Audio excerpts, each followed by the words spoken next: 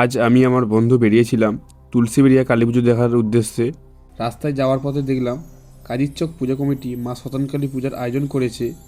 এইখানে মাকে দর্শন করে চলে গেলাম তুলসীবেড়িয়ার উদ্দেশ্যে। প্রচণ্ড ভিড় হওয়ার কারণে গাড়ি নিয়ে যেতে দিচ্ছিল না, তার জন্য সত্যনারায়ণ মিষ্টান্ন ভাণ্ডারের সামনে আমার বন্ধু গাড়িটা রেখে দিয়েছে। তারপর দুজন মিলে চললাম মায়ের মন্দিরের দিকে। তোমরা তো এখানে দেখতেই পাচ্ছ রাস্তায় প্রচণ্ড ভিড়, আর দেখো এখানে ফুলগুলো কত সুন্দর লাগছে। এবং রাস্তাতে ভীষণ ভিড় হওয়ার কারণে আমি আর বন্ধু আস্তে আস্তে করে এক ধার ধরে এগিয়ে চললাম।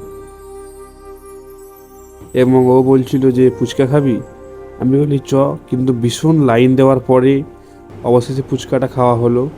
তারপর চলে গেলাম মায়ের মন্দিরের দিকে।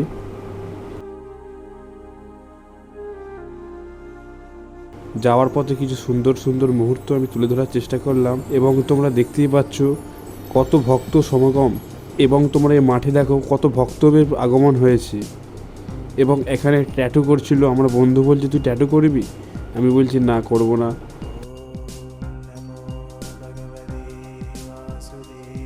তারপর আস্তে আস্তে ব্রিজ টপকে চলে আসলাম মায়ের মন্দিরের সামনে। এবং তোমরা দেখলে হয়তো লক্ষ্য করবে যে কত সুন্দর করে স্কুলটাকে সাজিয়েছে। এবং আমরা মায়ের মন্দিরের প্রবেশদ্বারের সামনে দিয়ে আস্তে আস্তে এগিয়ে চললাম। অবশেষে আমরা মায়ের দর্শন পেলাম। তো তোমরা দেখতে পাচ্ছ ভক্তদের সমাগমের কারণে মায়ের মূর্তিটা সম্পূর্ণ স্পষ্ট আসছিল না, তবুও আমি চেষ্টা করেছি তোমাদেরকে যতটুকু ভালোভাবে দেখানো যায়।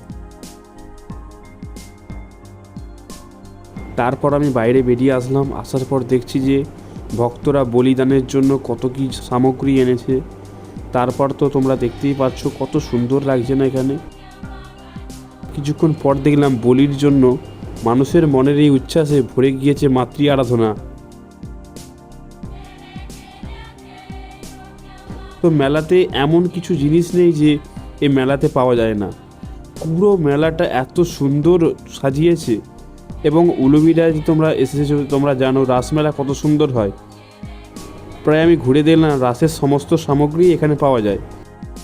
কত সুন্দর সুন্দর বাড়িতে সাজানোর সামগ্রী এখানে রয়েছে।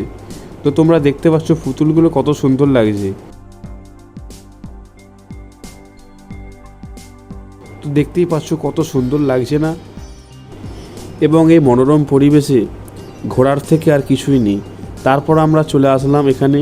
তো ওইখানে দেখছো যারা হাসছে ওইগুলো আমার বন্ধু, ঠিক আছে।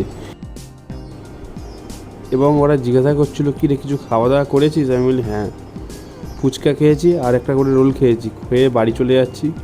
প্রায় বাড়ি যেতে প্রায় 12:30 মতো বেজে গেছে।